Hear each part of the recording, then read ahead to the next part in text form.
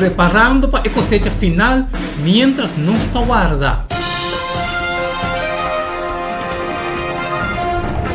Jesús usa o linguagem de conuco de insouciância tocante o reino, maneira a indicar em las 5.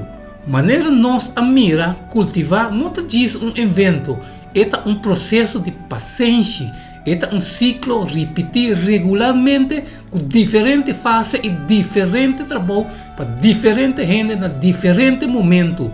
Nós mestre está abrindo a guiança do Espírito Santo e a providência de Deus enquanto de como nos por ser usar do Senhor de processo de preparar a terra, planta, semeia e cosecha. Juan 4:35-38. Você não te avisa, falta 4 lunas para o tempo de cosecha chegar? Mira, me te avisa você, hinsa você carawak e mira, é conuco não para sobra, não tá branco para o de cosechar.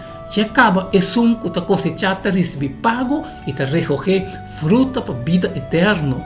Para é sunco te sembra e é sunco ta cosechar por regocijar junto. Para sobra de caso aqui é dicho ta verdade. Te sembra e outro te cosechar. Me avisa você, me amanda você cosechar, lo qual você não atraga pé. Outro não atraga e você não a beneficiar não trabalho. Que tipo de simbolismo está ser usado aqui e que é a mensagem nós enquanto de como nos me se traga para o outro não.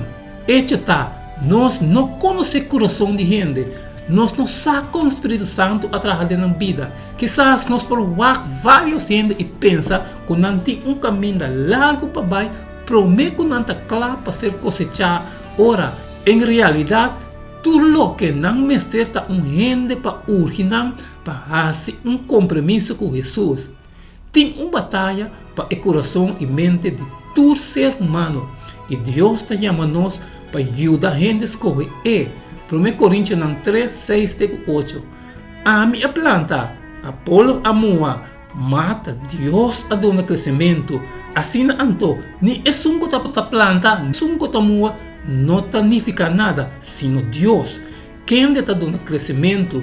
Agora, é sunco ta planta e é sunco ta mua, mas cada lo recebe sua mesma recompensa, segundo seu mesmo trabalho. Kiko está a mensagem na nós aqui em contexto de extinção, de sua própria forma. Pablo te avisa aqui o que Jesus avisa em exemplo anterior.